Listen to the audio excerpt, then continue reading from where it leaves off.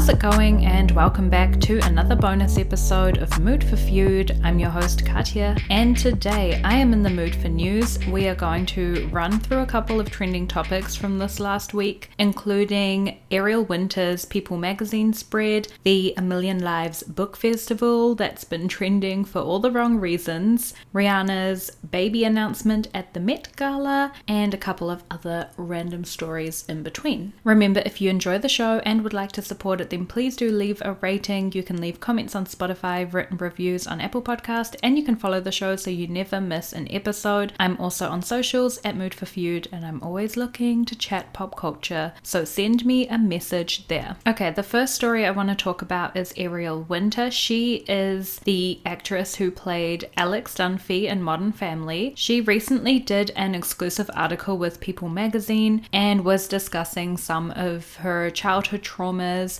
without kind of going into detail, but just sort of talking about the impacts growing up in such a public limelight, the impacts that had on her. I love any time that Ariel does this kind of thing because I think it's so important. To me, she is a celebrity that has truly suffered the most when it comes to online bullying. If you recall, around the 2010s to 2015 time, Ariel Winter was, going through puberty, her body was changing, and of course this was all completely documented because of her role as Alex Dunphy on Modern Family, and she was doing red carpets and press junkets and things like that. So it was a very public time in her life, and unfortunately the internet was super unkind, didn't give her any kind of grace to navigate coming into adulthood, and it was truly awful. Like, it was early 2000s treatment of Lindsay Lohan type of awful, and it was so unwarranted and so unfair, and Ariel never really did anything to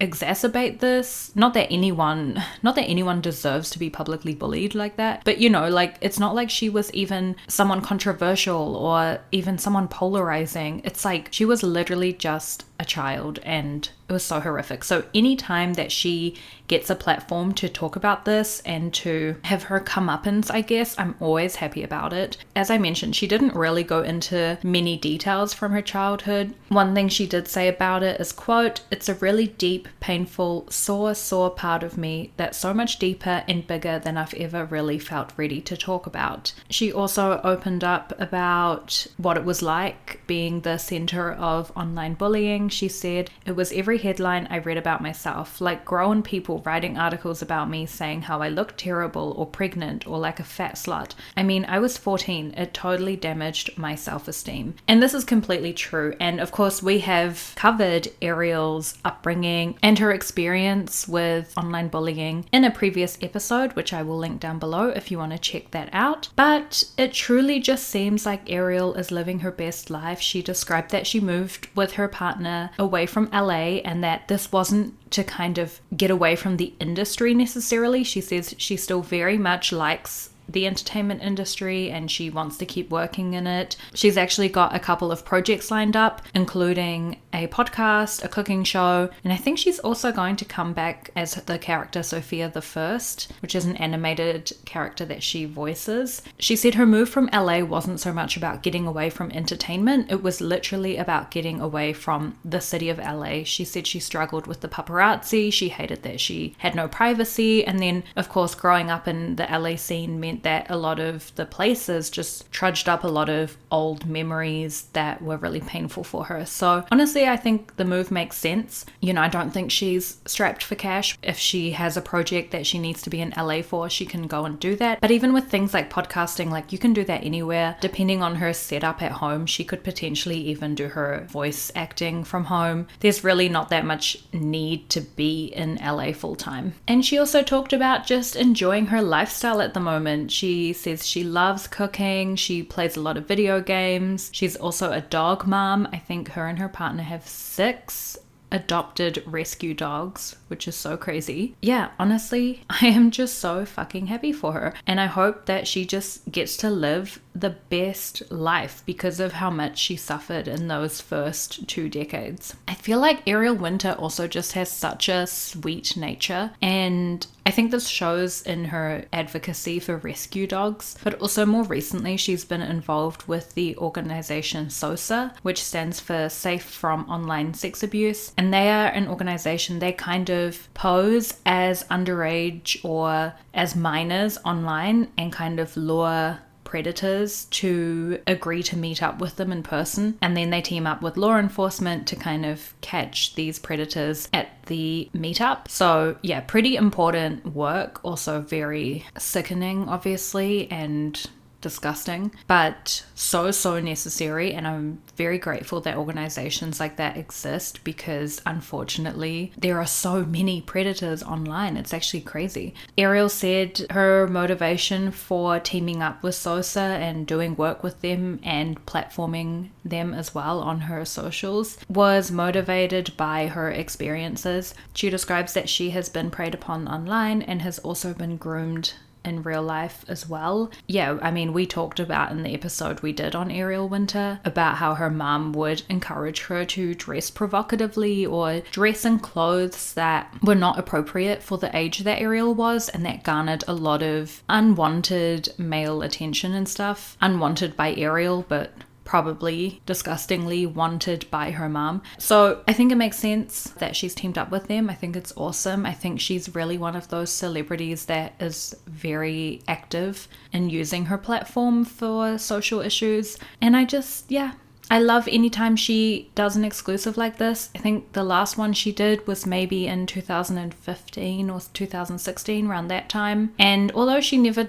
gives up too many details, which I think is okay, and I think it would do her more harm than good to discuss those details publicly. Anytime she jumps on and tells her story again, it's just an important reminder of truly how terrible that time online was for her. Alright, the next story I want to discuss is the A Million Lives Book Festival. This festival has been described as the Fyre Festival for books. It's been likened to DashCon, TanaCon, the Glasgow Willy Wonka experience, the Bridgerton Ball, all of these events in the last decade or so that have just turned into an absolute dumpster fire. So the A Million Lives Book Festival was an event to connect book authors with their readers. It didn't just have authors, it also had narrators, and it was also really targeted towards indie book authors. So the whole premise was, if you're a writer and you want an event where you can network with other authors but then also get to meet your audience or expand your audience, potentially connect with some new readers, then this is the perfect event. And then for readers, the real draw card was, you get to see your favorite authors, maybe learn some new ones, and hang out with like-minded people who like book events, who read a lot. So yeah, the event honestly sounds awesome. Like the concept of it sounds really fucking cool. It was held in Maryland in the USA, and I'll just read the description of it from their website. It says, "A Million Lives Book Festival is the perfect event to make more bookish friends.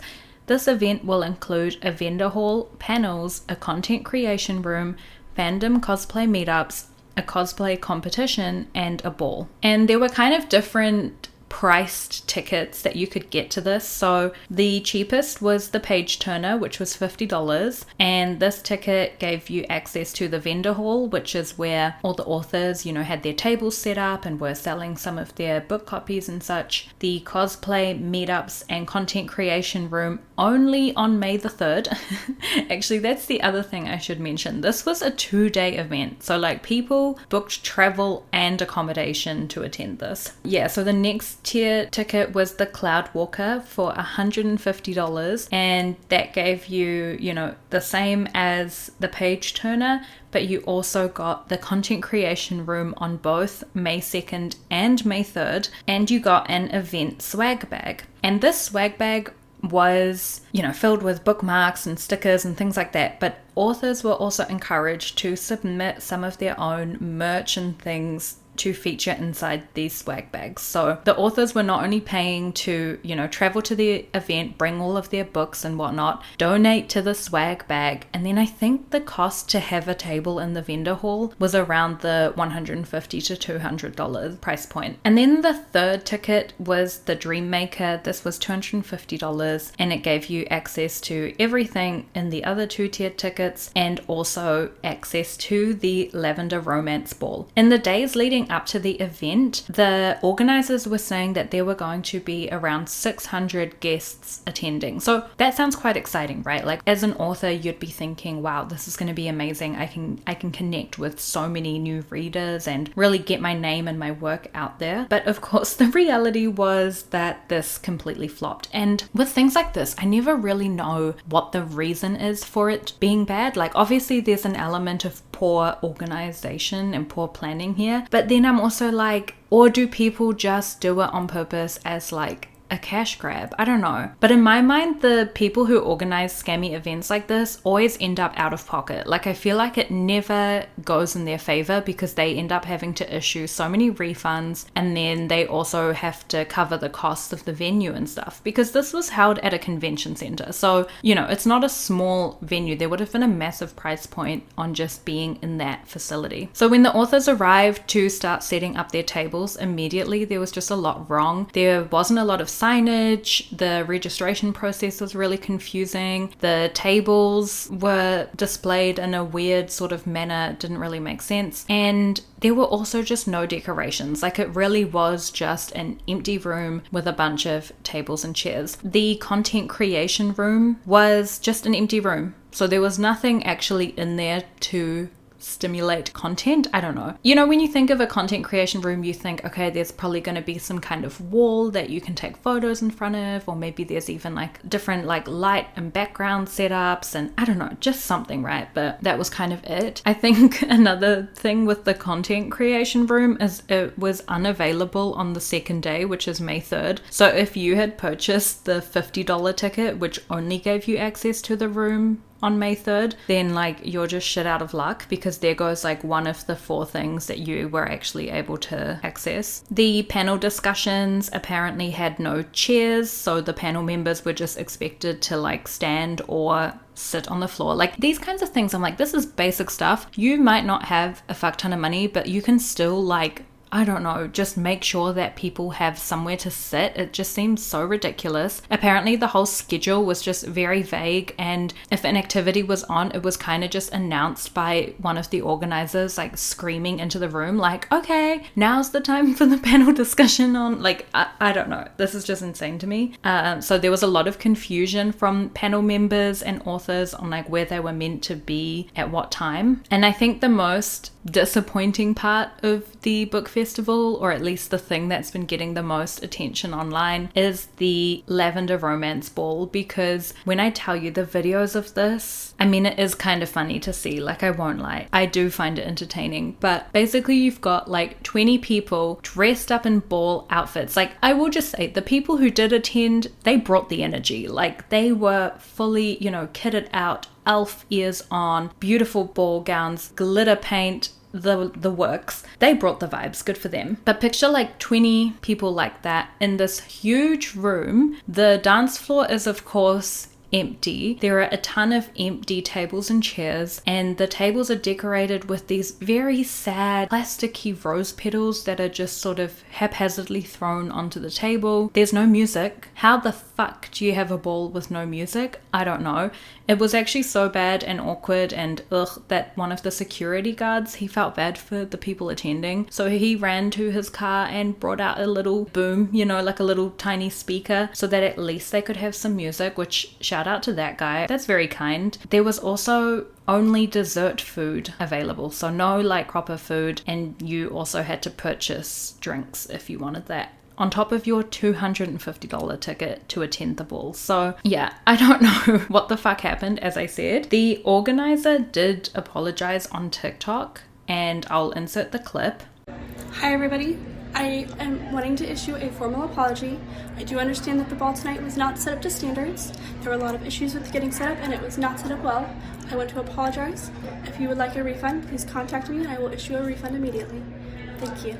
So as you can see, the apology was kind of like a whole lot of nothing. I don't know how this keeps happening. Like, why is there no regulation when it comes to event planning like this, or it comes to hosting a massive convention? And is it just that people bite off more than they can chew? Is it that people deliberately scam knowing that they can't deliver everything that's promised? Is it always done with good intention and then organizers hit a point in time where they're like, holy shit, I actually can't deliver on this, but instead of canceling they just charge ahead? Like, I don't understand how this keeps happening. It's actually getting to a point where I feel like people are very wary when it comes to any kind of events that are heavily promoted online. I mean, it was to the point where in New Zealand, I think this was in 2023, right, there was the music festival Juicy Fest, and this ended up being a legitimate festival, but the amount of posts I saw online being like, don't buy tickets to Juicy Fest, guys, it is a scam. The artists that they're saying will be there won't actually attend, and it was this whole drama, which then ended up being completely untrue. Like, the artists were there and it was a proper music festival, but I think people are just getting trust issues, which makes a lot of sense. The silver linings to this book festival flop is that the TikTok army have been rallying behind some of the indie authors that attended and, you know, deciding to purchase some of their books and support them. It actually got to the point where this conspiracy theory started on TikTok that maybe the event was meant to flop and it was all like a big stage, a big coup to get indie authors some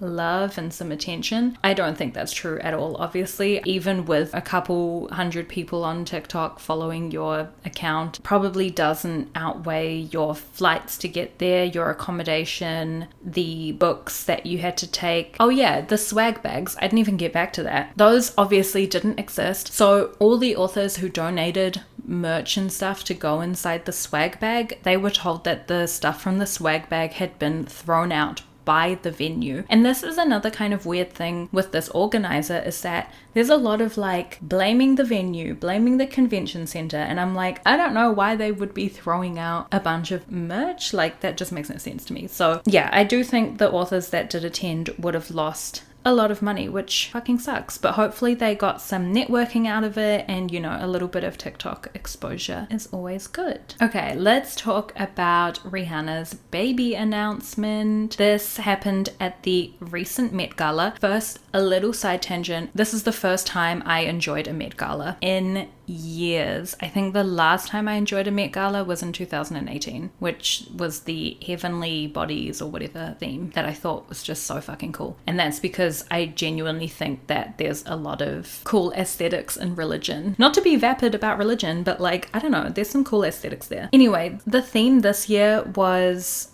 super fine tailoring black style, and it was so fucking cool. I loved seeing the spotlight on black designers and black contributions to fashion, and a lot of the outfits looked amazing. But I will just say, like, it was just such a showcase of black excellence, and I was here for it. I thought it was so cool. The choir that sang, holy shit, I thought it was so amazing. Yeah, I truly just loved the theme. I loved the dress code, and I thought that there were some amazing looks coming out of the Met Gala as well. Anyway, little mini side tangent, but of course another big part of the Met Gala is that Rihanna announced that she was pregnant with her third baby, I think. Yeah, I think we're up to baby number 3. Me and Riri, you know.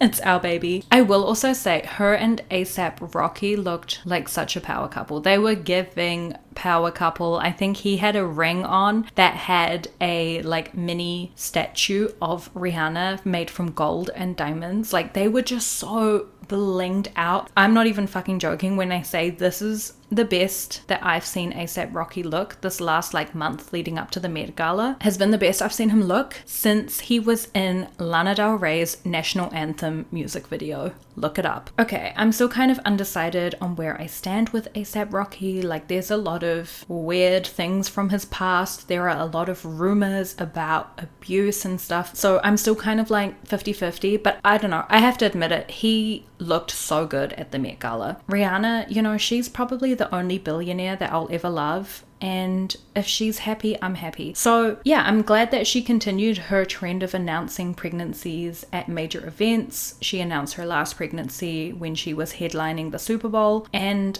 I don't know, I thought she looked absolutely glowing. I thought she looked super stunning. People are saying, was this baby conceived after ASAP Rocky's not guilty verdict earlier this year? If you recall, ASAP Rocky went through a court drama with his former friend accusing him of firing a gun at him. And when ASAP Rocky's verdict was announced as not guilty, we got the iconic video of him sort of running towards Rihanna and like jumping the little gate that separates the people watching from the people, you know, in the actual trial. We saw him like run and jump that and kind of land on top of her, and people watched this and were like, oh, there's gonna be a baby number 3.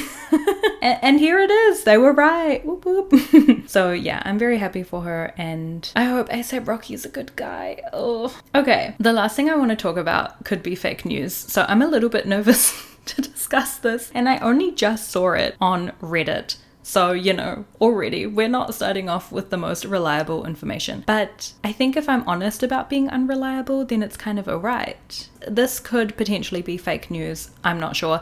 I haven't seen any actual news outlets reporting on it. And as someone who very nearly fell for Katie's AI dress at the Met Gala, again, whoever's making these Katy Perry AI dresses has got to be stopped because they are messing with my mental health. As someone who nearly fell for that, I'm very nervous to come out here and be like, this is 1000% true. So take it with a huge, big, beautiful grain of salt. But I think either today or yesterday, there was a plane flying across Manhattan with a sky banner that read, free healthcare, free Luigi. Which, if that's true, that's fucking crazy. And, you know, this is of course a reference to Luigi Mangione. He is the person who made a very vigilante type statement about the USA and privatization of healthcare and how healthcare is very unaffordable for most people living in the US. And meanwhile, the CEOs that run these healthcare companies are disgustingly rich and basically profiting off people's suffering and people just trying to afford healthcare, which is a fucking basic human right, if you ask me. He made his statement about all that by allegedly innocent till proven guilty, allegedly murdering a healthcare CEO. And the internet discourse for this has been very interesting to watch, because right off the bat, there was not a single bit of compassion for the healthcare CEO and a lot of people defending Luigi's actions. And look, do I agree with Luigi's message? Yes. Could the execution have been a bit, oh my god, I cannot say execution in this kind. Could his method of operating have been a little bit better? Yes. I don't know. I'm not here to tell you what's morally right or wrong. Obviously, murdering someone is wrong. But like, you know, do you know what I mean? Like, it's talking about the bigger issue, which is that healthcare, that people can't access healthcare. Anyway, I find it very interesting because the internet is so pro Luigi, and I don't know if that's me being in my little echo chamber or like chronically online shit, but like, from what I can tell anyway, most people were like, hell fucking yeah. As he should. And he was very dramatic about it. You know, he'd written his like manifesto, and then I think the bullets were also engraved with like deny, defend, depose. Like the whole thing was like out of a movie. I don't want to be insensitive to the people who lost a family member, but it literally was giving scripted, produced Hollywood. So the reason I find internet reactions to Luigi Mangione so interesting is because I think it is such a good case study for pretty privilege. Pretty privilege is alive and well because Luigi happens to be a pretty strapping 20-something-year-old, 30-something-year-old, anyway, younger guy. And if this same vigilante act was done by a guy who was maybe weird looking or, you know, conventionally unattractive, would we rally behind this man to the point where we're flying sky banners over Manhattan? I hope the answer is yes, because we care about social justice, but I feel like the answer could be no. I guess it's good that Luigi is a good looking guy. good for him. That's just some food for thought. But I'm very interested to see what happens with this case. I don't think I can think of another time where people have like rallied behind a murderer and put sky banners over Manhattan and stuff and felt very, I think there's like literally a GoFundMe for his legal case, and yeah, the people are rallying behind him. So it'll be very interesting to see what happens. I think the prosecution is going for a death penalty, or at least I read that in a headline. So again, this could be wrong. Don't come to Mood for Feud for like accurate reporting. Come here for banter and vibes. I feel like we've been seeing a social uprising brewing, and as things get worse globally, but of course in the US as well, I don't know. I'll just see what happens. You know, the signs are there. I see it even just on my TikTok feed. The things that are trending right now. Hairspray, the Money Money song from Cabaret, Hunger Games edits. Then, you know, the next time I jump on there, if I hear Les Mis, Do You Hear the People Sing, I'm gonna be like, I need to rally the troops. We're taking down the rich. So yeah, I do think things are definitely brewing up, and this sky banner over Manhattan, if it is true, it could be AI generated, as I said. If it is true, I feel like we are really seeing another kind of hallmark of people being like, hey, I'm fucking pissed off of where we are at with the world and things need to change. Oh yeah, one last thing. Sorry, I said that was my last story, but I just wanted to quickly mention that Laura Roach, which is Zendaya's stylist, has said that we will likely not be seeing Zendaya's wedding dress, and this is because her and Tom Holland want to keep their relationship private. They also want to keep the wedding super private, obviously, and he'd be surprised if we even got so much as an Instagram photo of her in her wedding dress. And a lot of people are in uproar about this. I actually think it makes a lot of sense. We have been invading celebrity privacy to the utmost degree for the last 2 decades, and I think it makes sense that we're going to start seeing some of those A-list couples start to push back on this. And I think it's actually somewhat of a positive move. There have been murmurings for the last 2 years or so that casting directors for major movie productions and stuff are actually considering, you know, the amount of social media followers that actors have when it comes to casting a movie, and that if you don't have enough followers, you don't get to be in the movie. And all of these things are just showing me why celebrities feel this pressure to constantly put themselves online, to generate more followers, to really allow the public into their private lives in a really invasive manner. And I think to counteract that, we rely on some of those more A-list celebrities like Zendaya and Tom, who are going to have high social media followings, even if they never post, you know? We rely on them to kind of drive the change of celebrities reclaiming some of that privacy back. And yeah, for those reasons, I'm not going to be that upset if we never get to see Zendaya in her wedding dress. But that is all from me for today's episode.